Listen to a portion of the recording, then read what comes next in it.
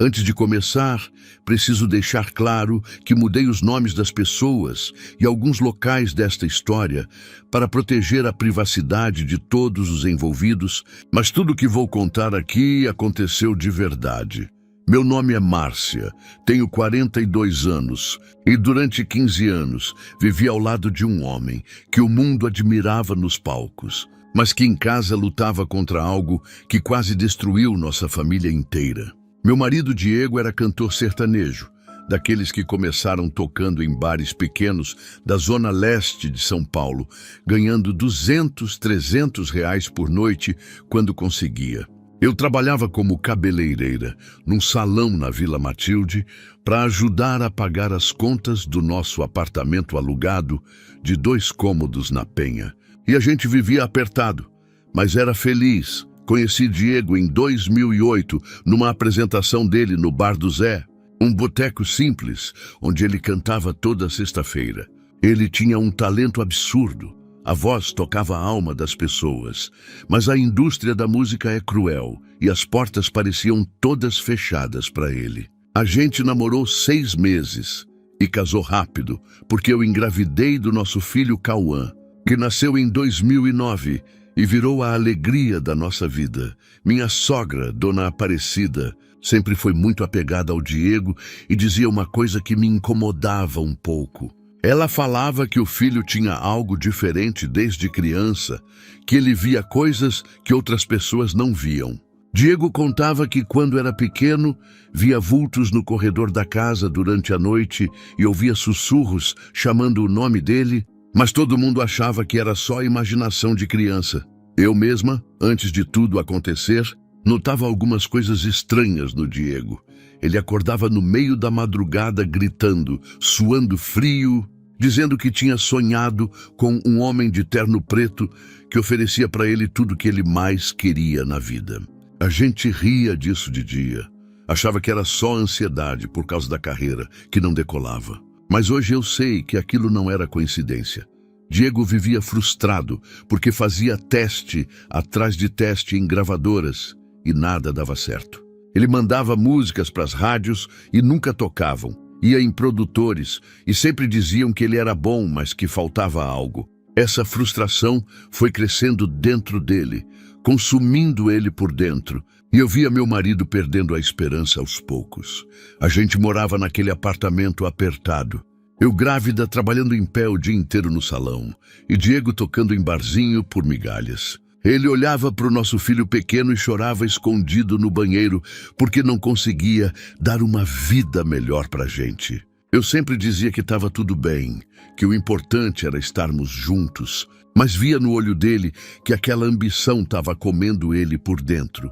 Minha irmã Cláudia, que sempre foi evangélica e frequentava a Assembleia de Deus no Tatuapé, vivia me alertando sobre esses sonhos do Diego. Ela dizia que eu precisava orar pela proteção da nossa família. E o mundo artístico era cheio de armadilhas espirituais. Eu nunca liguei muito para essas coisas de igreja. Achava exagero dela, mas ela insistia que havia algo errado no ar. No final de 2009, as coisas começaram a mudar de uma forma que eu jamais imaginei. Diego chegou em casa uma noite de dezembro diferente, com um brilho estranho nos olhos. Era véspera de Natal. Eu lembro bem porque estava preparando a ceia e o Cauã tinha acabado de fazer 3 anos. Ele entrou pela porta quase 3 horas da manhã, depois de um show num bar na Muca, mas não estava cansado como sempre ficava. Estava agitado, falando rápido, andando de um lado para o outro da sala como se tivesse tomado algo. Eu perguntei o que tinha acontecido e ele segurou minhas mãos com força, os olhos dele brilhando de um jeito que eu nunca tinha visto. Diego disse que um empresário tinha aparecido no camarote VIP do bar, um homem todo de preto com relógio caro e perfume importado. Esse homem, que se apresentou como Samuel, disse que podia fazer o Diego estourar no mundo sertanejo em menos de 1 ano. Eu desconfiei na hora. Perguntei como esse tal Samuel tinha encontrado meu marido num bar pequeno daqueles. Mas Diego estava tão empolgado que nem quis ouvir minhas preocupações. O que me deixou realmente com medo foi quando Diego contou mais detalhes sobre esse Samuel. Ele disse que o homem não tinha tocado em nada no bar, nem cerveja, nem água. Só ficou ali, observando ele cantar a noite inteira sem piscar, com um sorriso estranho no rosto. Pior ainda, Samuel sabia coisas sobre nossa vida que Diego nunca tinha contado para ninguém. Sabia o nome do nosso filho. Sabia que eu era cabeleireira. Até o endereço certinho onde a gente morava, na Penha. Quando perguntei para o Diego como aquele homem sabia tudo sobre nossa vida, ele ficou sem resposta. Disse que Samuel tinha simplesmente sorrido e falado que conhecia pessoas importantes, que tinha contatos em todo lugar. Mas alguma coisa no meu peito apertou forte. Um sentimento ruim que eu não conseguia explicar. Como se um peso tivesse caído na sala naquele momento. Samuel tinha marcado um encontro com o Diego para discutir a proposta de empresariamento. O encontro seria numa mansão em Alphaville, na Alameda Araguaia, perto de onde moram os famosos. Diego estava empolgadíssimo, já imaginando a vida que a gente ia ter. O apartamento maior, o carro novo, tudo que ele sempre quis dar para mim e para o Cauã. Eu liguei para minha irmã Cláudia naquela mesma noite. Desesperada, contei tudo que o Diego tinha falado. Ela ficou em silêncio por uns segundos e depois disse com a voz tremendo que aquilo não estava certo. Cláudia falou que tinha cheiro de enxofre, cheiro de coisa do mal e me implorou para não deixar o Diego ir sozinho nessa reunião. Tentei convencer meu marido a pelo menos me levar junto ou levar alguém com ele, mas Diego disse que Samuel foi claro. A reunião era particular, só para quem ia assinar contrato. E ele não podia levar ninguém. Aquilo me deixou ainda mais desconfiada. Que tipo de reunião de negócios não permite acompanhante? Mas Diego estava cego pela oportunidade. A reunião foi marcada para o dia 8 de janeiro de 2010, justamente no dia do aniversário do Cauã. Eu implorei para o Diego não ir, disse que era um sinal ruim fazer isso no aniversário do nosso filho. Briguei, chorei, fiz de tudo. Mas a ambição tinha tomado conta dele e não tinha argumento que funcionasse.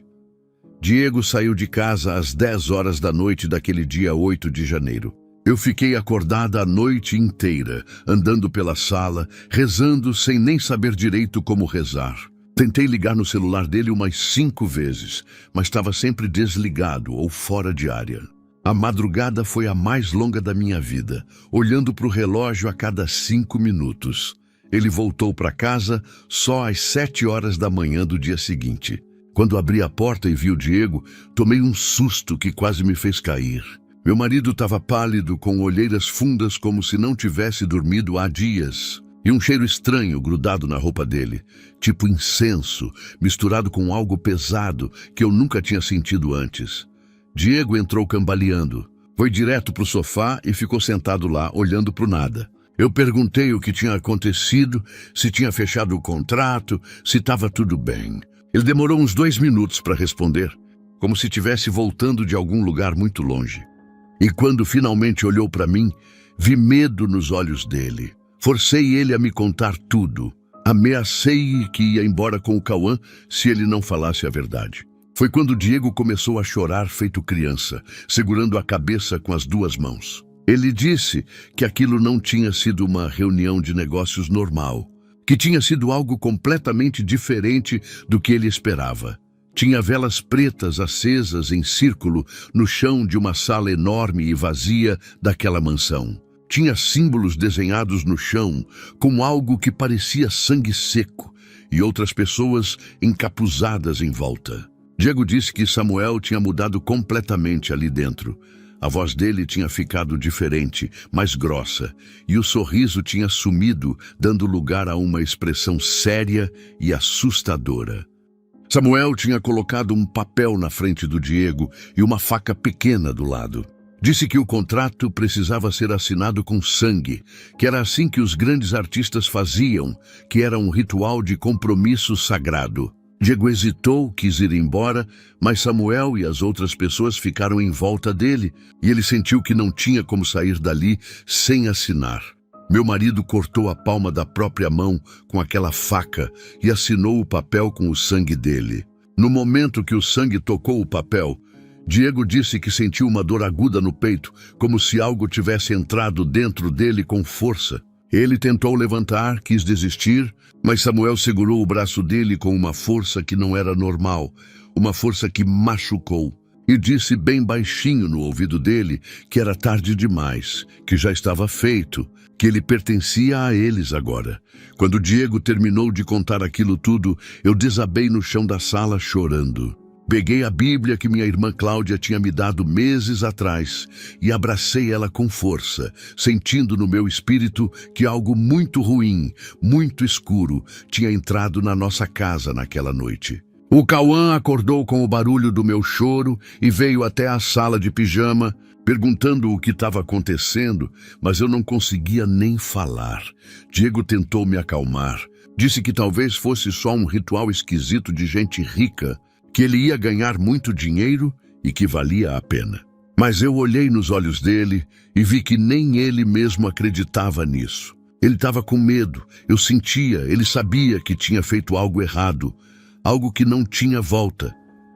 Liguei para Dona Aparecida no mesmo dia de manhã, contei tudo que o Diego tinha confessado. Minha sogra ficou em silêncio do outro lado da linha e depois começou a chorar baixinho. Ela disse que sempre teve medo que algo assim acontecesse, que o Diego desde pequeno era perseguido por essas coisas e que agora ela não sabia o que fazer para ajudar o filho. Dona Aparecida pediu para a gente ir na casa dela naquela tarde. Disse que precisava conversar com o Diego pessoalmente. Quando chegamos lá, minha sogra estava com a pressão alta, as mãos tremendo e o rosto vermelho de tanto chorar. Ela segurou o rosto do Diego com as duas mãos e perguntou, olhando fundo nos olhos dele, se ele tinha vendido a alma, se ele tinha feito pacto com o demônio. Diego começou a chorar de novo e confessou tudo para a mãe dele.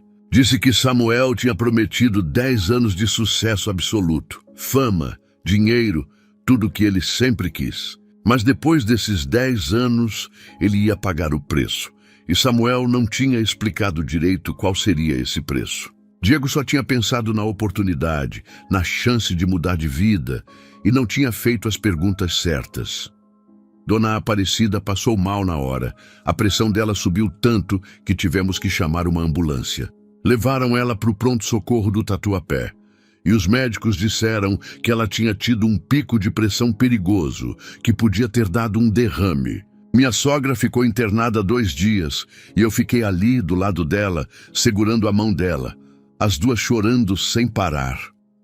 Voltamos para casa e tentamos seguir a vida, mas nada era mais como antes. Diego ficou uns dias quieto, meio apagado, mas aí começou a receber ligações. Era gente de gravadora, de rádio, produtores querendo conhecer ele. Do nada, como num passe de mágica, todas as portas que antes estavam fechadas começaram a se abrir. Em março de 2010, a primeira música do Diego, chamada Coração Partido, começou a tocar nas rádios de São Paulo. Não foi aos poucos, não. Foi explosivo, de uma forma que não parecia natural. Em 2 semanas, a música estava tocando na Jovem Pan, na Transamérica, na Bandeirantes, em todas as grandes rádios. As pessoas na rua começaram a reconhecer o Diego, pedindo foto, pedindo autógrafo. Em abril, ele já tinha assinado contrato com uma gravadora grande, dessas que sempre tinham ignorado ele antes. Em junho, fez show no Villa Country lotado, 3.000 pessoas cantando junto, gritando o nome dele. O dinheiro começou a entrar como nunca tinha entrado na nossa vida. Saímos daquele apartamento apertado da Penha e alugamos uma casa em Santo André, com 3 quartos, quintal, garagem. Comprei um carro zero, consegui até contratar uma menina para me ajudar com a limpeza da casa. Era tudo que a gente sempre tinha sonhado, mas tinha um peso no ar que eu não conseguia ignorar. Diego mudou completamente em questão de semanas. Ele bebia toda noite, chegava em casa de madrugada fedendo a uísque e não brincava mais com o Cauã.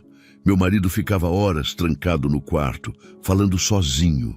Ou então, passava a noite inteira acordado na sala olhando para a parede.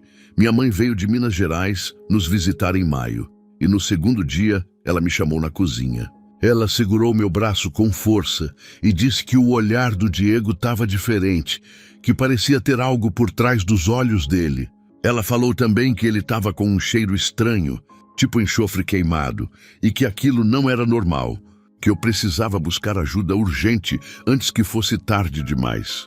Os pesadelos do Diego, que antes eram esporádicos, viraram rotina todas as noites. Ele acordava gritando, suando frio, dizendo que via um homem de preto parado no pé da cama, observando ele dormir. Eu mesma acordava com os gritos dele, e quando acendia a luz, Diego estava sentado na cama tremendo, apontando para o canto do quarto, dizendo que tinha alguém ali, mas eu nunca via nada. Teve 2 noites que eu acordei no meio da madrugada, sentindo algo gelado, como se fosse uma mão segurando meu pé por baixo do cobertor.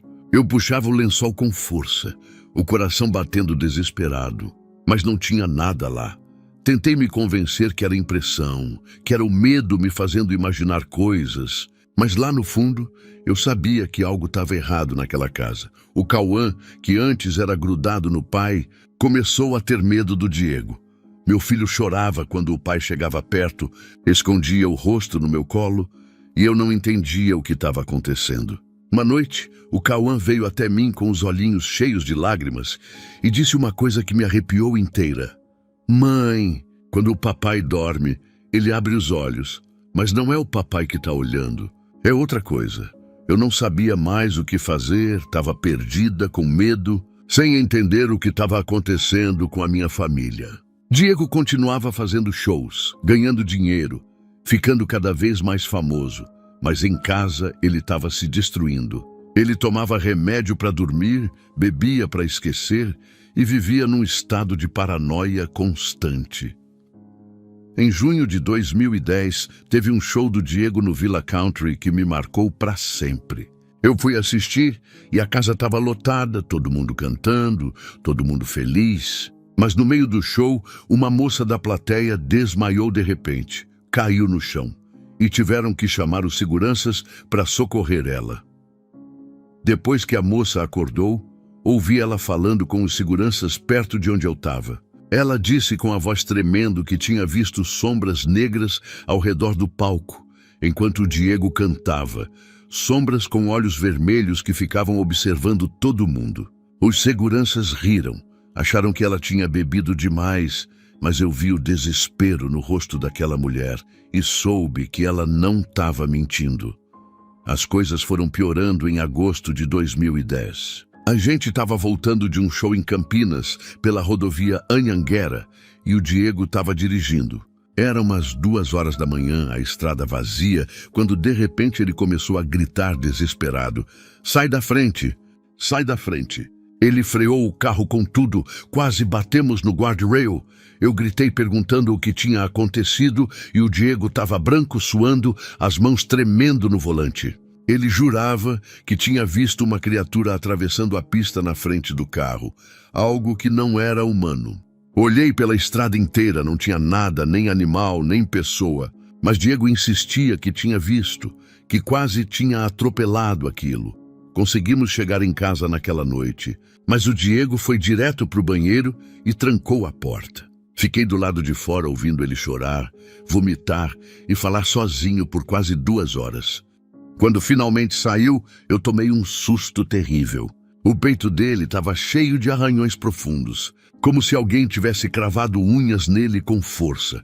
Diego olhou para os arranhões, apavorado, as lágrimas escorrendo, e disse que tinha tido uma espécie de sonho acordado ali dentro do banheiro. Ele viu alguém segurando o peito dele e ouviu uma voz dizendo que ele era propriedade daquela coisa agora. Ele tinha tentado gritar, acordar, mas não conseguia. Ficou preso naquela visão horrível até conseguir sair. Liguei para o meu cunhado Roberto, que é policial militar, pedindo ajuda. Contei que o Diego estava tendo uns problemas estranhos, uns ataques, e que eu estava com medo. Roberto veio passar uns dias lá em casa para me ajudar, para dar uma força, porque eu já não estava aguentando mais sozinha. Uma noite, o Roberto estava dormindo no sofá da sala porque o Diego tinha saído para beber. O Diego voltou bêbado de madrugada e desmaiou ali mesmo na sala, roncando alto. Eu e Roberto fomos dormir, mas meia hora depois, meu cunhado me acordou, o rosto dele branco de susto. Ele disse que tinha ouvido uma voz estranha vindo da sala. Uma voz que não era do Diego, e que quando foi ver, meu marido estava lá deitado de olhos fechados, mas falando e rindo com uma voz grossa e assustadora, como se fosse outra pessoa usando a boca dele. Roberto acendeu a luz da sala naquele momento e o Diego acordou confuso, sem lembrar de nada. Meu cunhado, que já tinha visto muita coisa como policial, me puxou no quarto e disse com a voz séria que aquilo não era normal, que não era coisa de bebida ou droga. Ele falou que tinha algo muito errado acontecendo, algo que a polícia não podia resolver e que eu precisava procurar ajuda espiritual urgente. Minha irmã Cláudia vinha insistindo há meses para eu procurar o pastor da igreja dela, o pastor Renato da Assembleia de Deus, no Tatuapé. Eu sempre resisti, porque nunca fui de frequentar igreja, achava que era exagero, mas depois daquela noite com o Roberto eu não tinha mais para onde correr. Liguei para Cláudia no dia seguinte e pedi para ela marcar uma conversa com o pastor.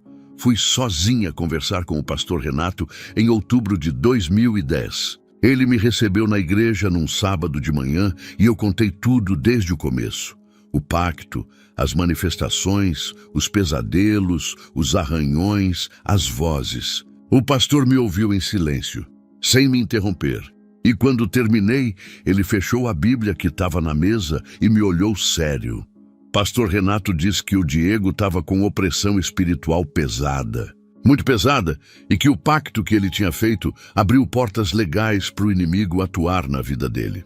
Ele explicou que quando a gente faz acordo com as trevas, mesmo sem entender direito o que está fazendo, isso dá permissão para espíritos malignos entrarem e tomarem conta. Eu comecei a chorar ali mesmo, porque finalmente alguém estava levando a sério o que eu estava vivendo. O pastor pediu para conversar com o Diego pessoalmente, disse que precisava olhar nos olhos dele, orar por ele. Mas quando cheguei em casa e falei para o Diego sobre ir na igreja, ele explodiu de raiva. Gritou que eu estava ficando louca, que ele não precisava de pastor nenhum, que era tudo coisa da minha cabeça. A reação dele foi tão violenta que me assustou, porque o Diego nunca tinha gritado comigo daquele jeito.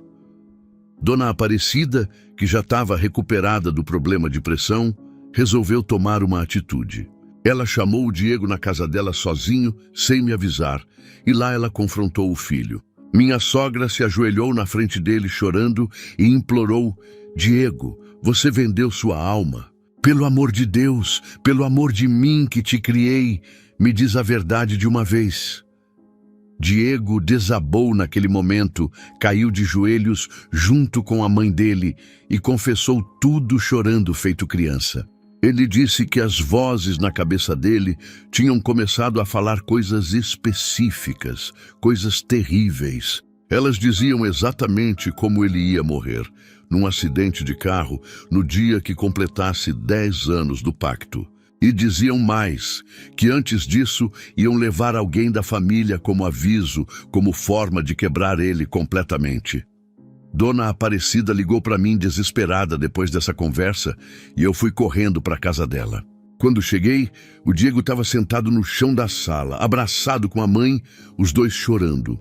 Foi a primeira vez que vi meu marido admitir em voz alta que tinha feito algo terrível, algo que ele não sabia como desfazer.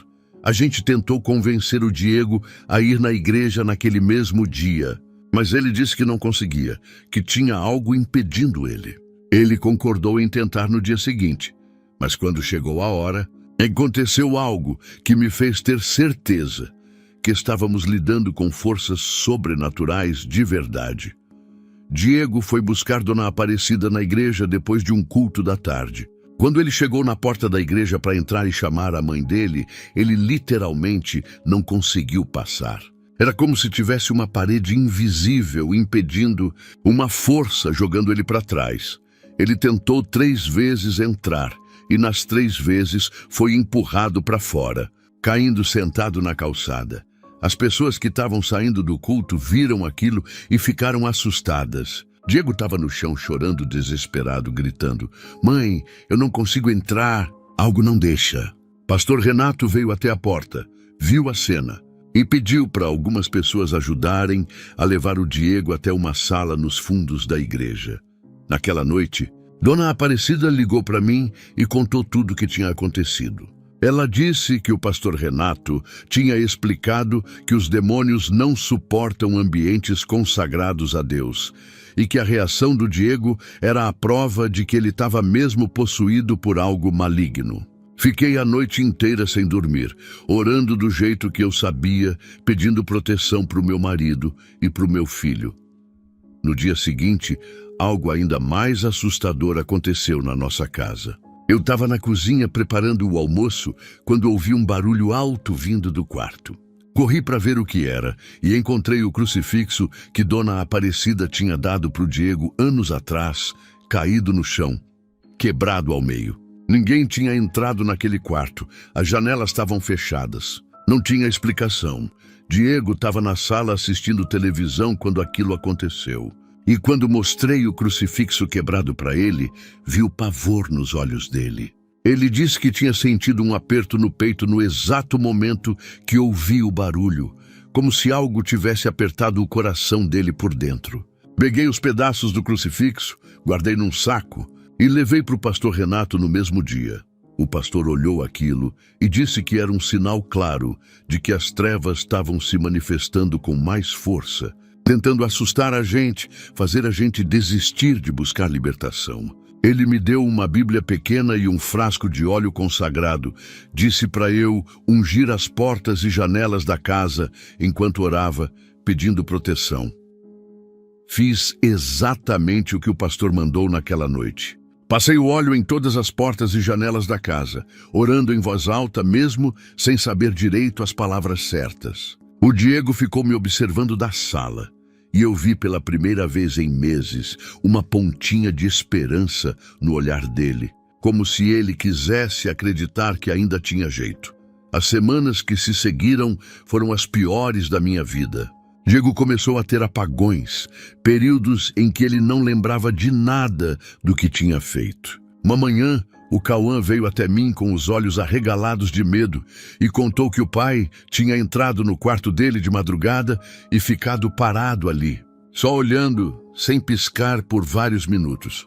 Quando perguntei para o Diego sobre isso, ele jurou que não lembrava de ter entrado no quarto do Cauã. Ele estava tão assustado quanto eu, porque significava que algo ou alguém estava controlando o corpo dele sem ele saber. Comecei a trancar a porta do quarto do Cauã toda noite, com medo do que podia acontecer. Numa madrugada de novembro, acordei e percebi que o Diego não estava na cama. Procurei ele pela casa inteira e encontrei meu marido no quintal, de pijama, cavando um buraco na terra com as mãos. Ele estava sujo de terra até os cotovelos, as unhas sangrando, cavando sem parar, como se estivesse em transe. Gritei o nome dele várias vezes, até ele finalmente parar e olhar para mim. Diego olhou para as próprias mãos sujas de terra e sangue, confuso, sem entender o que estava fazendo ali. Ele disse que não lembrava de ter saído da cama, que a última coisa que lembrava era de ter deitado para dormir.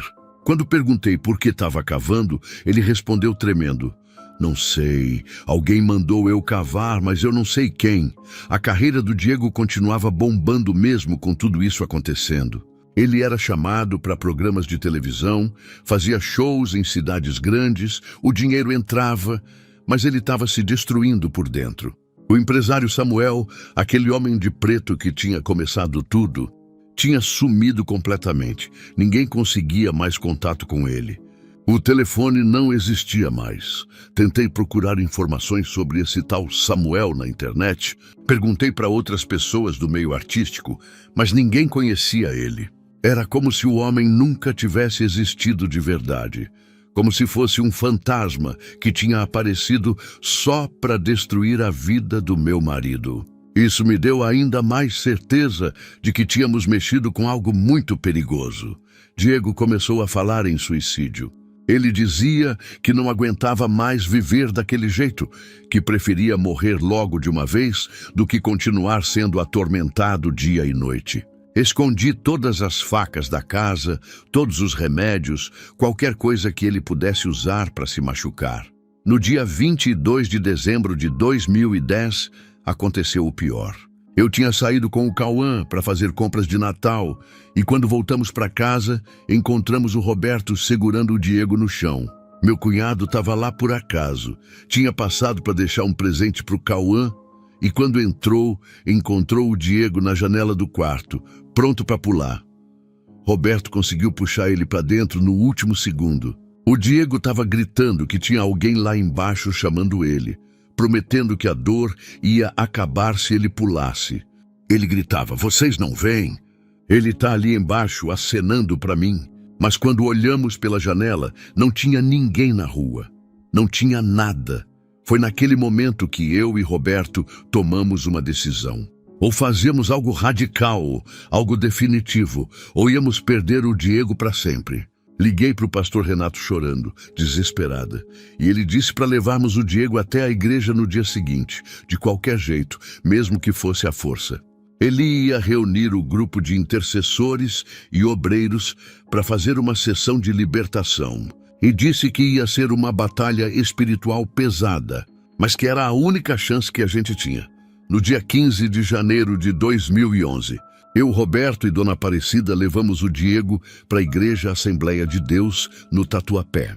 Ele resistiu desde o momento que falamos que íamos sair de casa, gritou que não ia, que não precisava disso.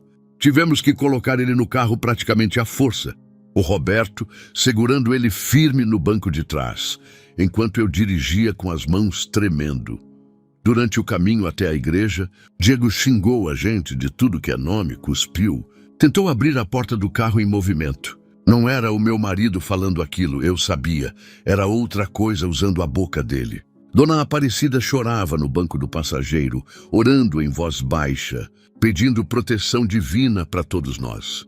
Quando chegamos na igreja, o pastor Renato e mais 3 obreiros já estavam esperando a gente numa sala separada, nos fundos. Eles tiveram que ajudar o Roberto a segurar o Diego para entrar, porque ele fazia uma força descomunal tentando escapar, uma força que não era normal para um homem do tamanho dele. Colocaram o Diego sentado numa cadeira no centro da sala, e o pastor Renato pediu para todo mundo formar um círculo ao redor dele. Tinha eu, Dona Aparecida, Roberto, Cláudia e mais uns 5 membros da igreja que eram do grupo de intercessão. O pastor explicou que ia ser uma batalha longa, que a gente precisava se manter firme em oração o tempo todo, sem parar. Quando o pastor Renato abriu a Bíblia e começou a orar, declarando o nome de Jesus Cristo com autoridade, o Diego caiu da cadeira no chão. O corpo dele começou a se contorcer de formas estranhas, a espinha arqueando para trás de um jeito que parecia impossível. Eu segurei firme na mão da Dona Aparecida, as duas tremendo de medo, mas continuamos orando. Aí saiu a voz. Não era a voz do Diego, era algo rouco, gutural, múltiplo, como se várias coisas estivessem falando ao mesmo tempo pela boca dele. A voz gritou com ódio. Ele é nosso! Pagou o preço!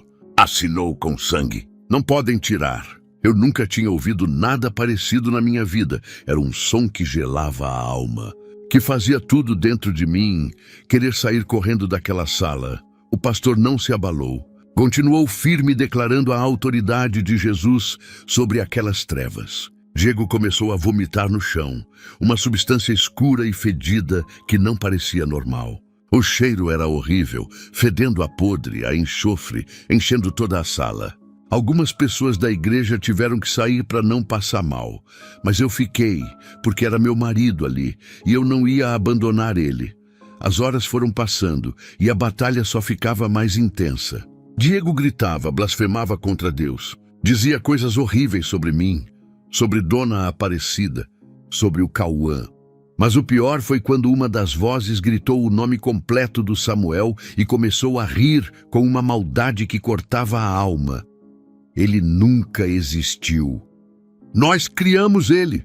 Tudo foi armadilha desde o começo. Escolhemos esse tolo há anos. Foi naquele momento que eu entendi tudo. O Diego não tinha encontrado uma oportunidade. Ele tinha sido caçado, perseguido, escolhido por essas coisas desde muito antes. Os sonhos que ele tinha quando criança, os vultos, as vozes, tudo fazia sentido agora. Eles tinham preparado meu marido a vida inteira para cair naquela armadilha. O pastor Renato pegou o frasco de óleo consagrado que ele tinha na mesa e foi até o Diego. Ele fez o sinal da cruz na testa dele com o óleo e declarou em voz alta e firme: por este sinal da cruz e pelo sangue de Jesus Cristo derramado no Calvário, eu quebro todo pacto, toda maldição, toda legalidade das trevas sobre esta vida. Vocês não têm mais direito nenhum sobre ele. No momento que o pastor falou aquilo, o corpo do Diego arqueou violentamente, levantando do chão quase meio metro. As vozes começaram a gritar todas ao mesmo tempo. Um grito agudo que era insuportável de ouvir, como se algo tivesse sendo arrancado à força de dentro dele. As lâmpadas da sala piscaram, objetos pequenos da mesa caíram. E um vento gelado passou por todos nós. Eu não sei de onde tirei coragem, mas levantei e fui até o Diego. Segurei o rosto suado dele entre minhas mãos. Olhei bem fundo naqueles olhos, que não eram mais os olhos do meu marido. E gritei com toda a força que tinha: você não vai levar meu marido. Ele é coberto pelo sangue de Jesus Cristo. Sai dele agora. Por um segundo, os olhos do Diego piscaram e eu vi ele ali. O verdadeiro Diego tentando voltar, lutando para voltar. As lágrimas escorreram dos olhos dele. E eu soube que meu marido ainda estava vivo em algum lugar dentro daquele corpo. Ainda estava lutando. O pastor Renato colocou a mão no ombro do Diego e começou a orar com uma autoridade que eu nunca tinha visto antes. Ele declarava versículos da Bíblia, ordenava que todo espírito imundo saísse em nome de Jesus. E cada vez que ele falava o nome de Jesus, as vozes gritavam como se estivessem sendo queimadas. A batalha já durava mais de 3 horas, e todo mundo na sala estava exausto, mas ninguém desistiu. De repente, o corpo do Diego ficou completamente rígido, duro como pedra. Ele parou de se mexer, parou de gritar, ficou ali congelado com os olhos arregalados olhando para cima. Por um momento terrível, achei que ele tinha morrido, que o coração dele tinha parado. Dona Aparecida gritou o nome do filho em desespero, mas o pastor pediu calma. Disse que aquilo era o momento final da batalha. O pastor Renato se ajoelhou na frente do Diego e começou a orar baixinho, quase sussurrando, mas com uma firmeza impressionante. Ele colocou a mão no peito do Diego e disse: eu declaro liberdade sobre esta vida. O pacto está quebrado pelo sangue do Cordeiro. Toda corrente está rompida. Você é livre em nome de Jesus. Foi quando aconteceu. O Diego deu um grito final, diferente de todos os outros, um grito que parecia vir do fundo da alma dele. Ele arqueou o corpo uma última vez, e aí eu vi com meus próprios olhos algo saindo dele. Não sei explicar direito o que era, parecia uma sombra escura, uma fumaça preta que saiu pela boca dele e sumiu no ar. Várias pessoas na sala viram também, todo mundo ficou em silêncio, testemunhando aquilo. Diego caiu no chão desmaiado, completamente mole, e ficou ali sem se mexer. O pastor checou o pulso dele, colocou a mão no peito dele e confirmou que ele estava respirando, que o coração estava batendo. Ficamos ali em volta dele, esperando, orando baixinho, por mais de 20 minutos, até ele finalmente começar a se mexer. Quando o Diego abriu os olhos, ele olhou ao redor confuso, como se não soubesse onde estava. Ele viu a mãe dele, me viu, e as lágrimas começaram a escorrer. Ele tentou falar, mas a voz não saía direito, então ele só chorou feito uma criança nos braços da Dona Aparecida. Eu abracei os dois, e ali mesmo no chão daquela sala, a gente chorou junto por longos minutos. Depois que conseguiu recuperar a voz, Diego disse uma coisa que nunca vou esquecer. Ele olhou para o pastor Renato com os olhos vermelhos de tanto chorar e disse: eu vi, pastor, eu vi o inferno me esperando. Tinha fogo, tinha gritos de desespero, tinha pessoas sendo atormentadas eternamente. Eu vi o lugar onde eu ia parar se não fosse liberto hoje. Diego contou que durante a libertação, enquanto aquelas coisas gritavam através dele, a consciência dele estava presa lá dentro vendo tudo, mas sem conseguir controlar nada. Ele disse que viu demônios segurando correntes nele, rindo, dizendo que ele nunca ia escapar. Mas de repente uma luz brilhante, mais forte que o sol, apareceu e começou a quebrar as correntes uma por uma. Ele viu Jesus. O Diego, que nunca tinha sido religioso, que nunca tinha levado fé a sério, viu Jesus Cristo pessoalmente naquela visão. Ele disse que Jesus olhou para ele com olhos cheios de amor e misericórdia, estendeu a mão e disse: "Você é meu. Eu paguei o preço por você. Venha." Foi quando ele sentiu as correntes todas se quebrarem de uma vez e seu espírito sendo puxado de volta para o corpo dele. Quando conseguimos levantar o Diego do chão, eu vi as marcas. Tinha marcas vermelhas nos pulsos dele e nos tornozelos, como se ele tivesse sido amarrado com cordas apertadas. Mas ninguém tinha amarrado ele. Ninguém tinha encostado nele além do pastor, fazendo o sinal da cruz. Eram marcas das correntes espirituais que tinham segurado ele, agora visíveis no corpo físico. O pastor Renato explicou que isso acontece às vezes em libertações intensas, que as marcas espirituais podem se manifestar fisicamente por um tempo. Ele ungiu os pulsos e tornozelos do Diego com óleo e orou para que as marcas sumissem. E disse que em alguns dias elas iam desaparecer completamente, e eram só cicatrizes temporárias da batalha que tinha sido vencida. Saímos daquela igreja quando já era noite, quase 9 horas. Tinha entrado às 2 da tarde, então foram 7 horas de batalha espiritual intensa. Diego mal conseguia andar, estava fraco, exausto.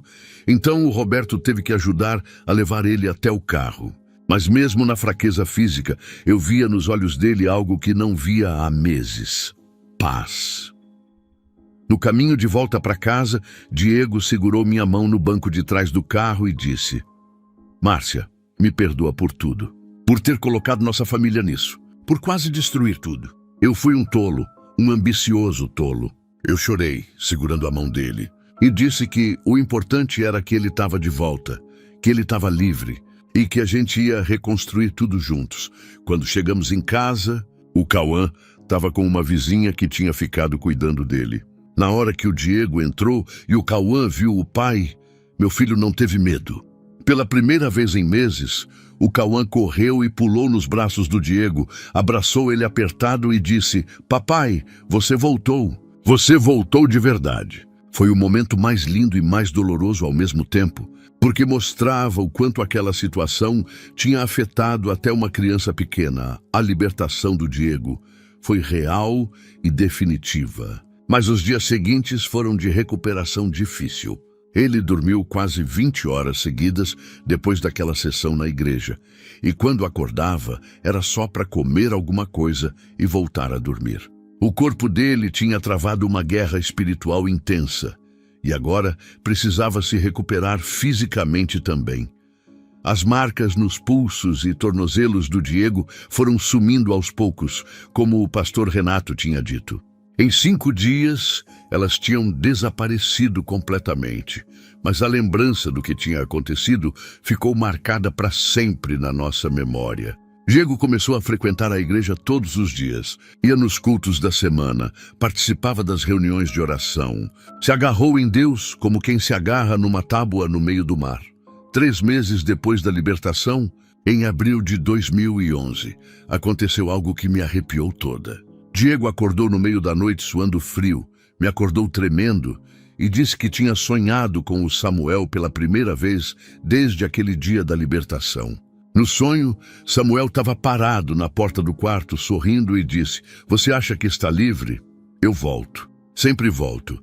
Na manhã seguinte, quando fui buscar o leite que o entregador deixava na porta todo dia, encontrei um envelope preto no chão. Não tinha nome, não tinha remetente, não tinha nada escrito por fora.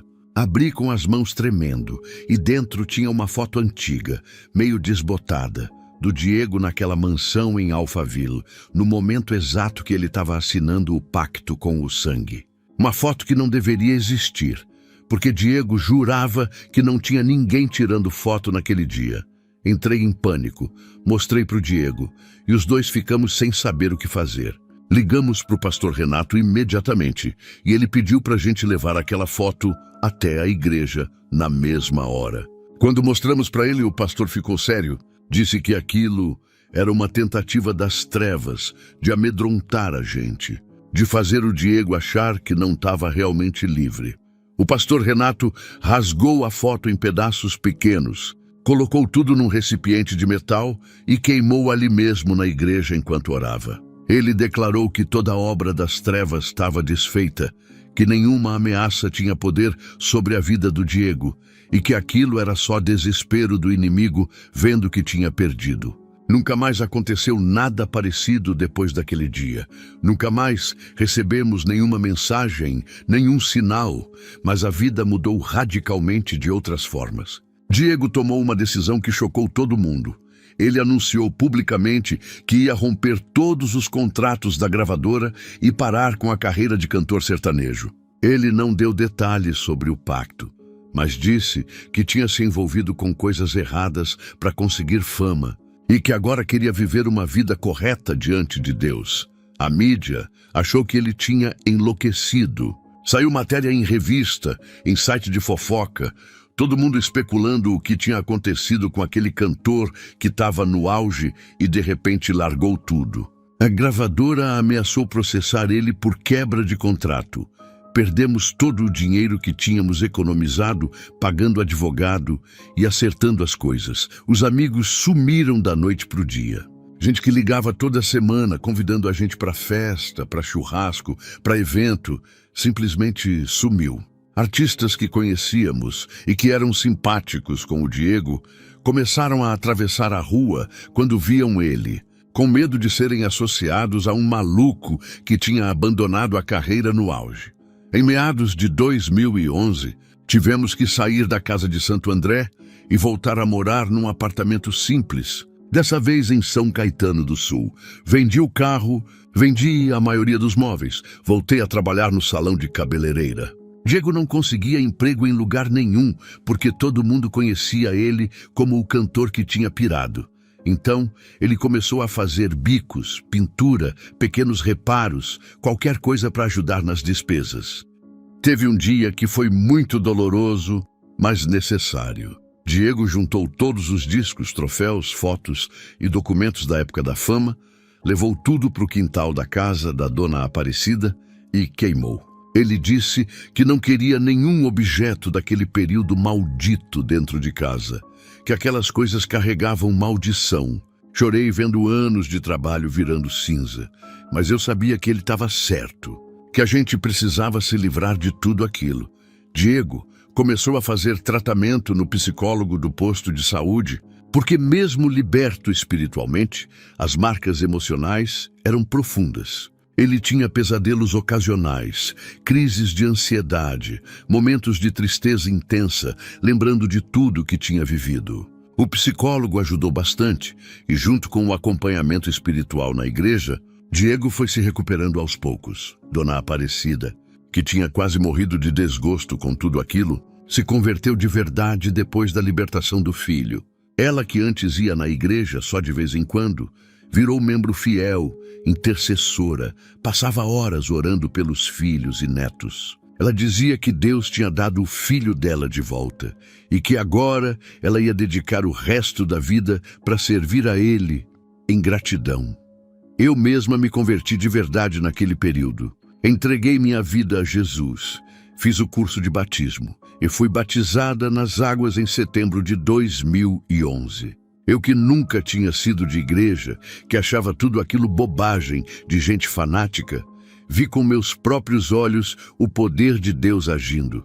Não tinha como negar, não tinha como continuar indiferente depois de tudo que a gente tinha vivido. O momento mais marcante da nossa reconstrução foi em dezembro de 2012. O Cauã, que tinha acabado de fazer 5 anos, pediu para o Diego cantar na igreja pela primeira vez desde a libertação. Meu marido tinha parado completamente de cantar. Nem violão pegava mais. Mas o filho insistiu tanto que ele aceitou. Diego subiu no altar tremendo, pegou o violão emprestado do Ministério de Louvor e começou a cantar uma música simples de adoração.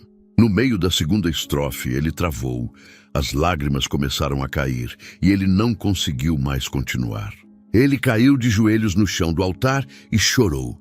Chorou como eu nunca tinha visto ele chorar antes. A igreja inteira se levantou e foi até lá. Oraram por ele por longos minutos. E foi a primeira vez que ele cantou verdadeiramente livre, sem correntes, sem medo.